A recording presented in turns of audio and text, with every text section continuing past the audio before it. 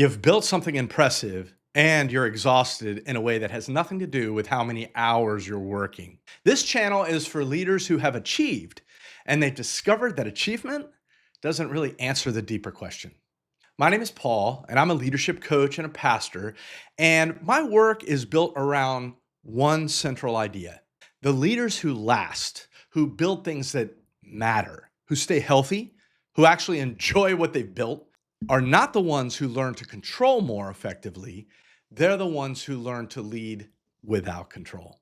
So on this channel, every week, I explore what that looks like and what causes executive burnout at the identity level, what recovery actually requires, and what a different kind of leadership, one that's rooted in genuine relationship, open possibility, and meaning, what that looks like in practice. And if you're ready to stop controlling and performing your way through your career and start leading from the inside out, I want you to please subscribe. Let's do this together. I'll see you in there.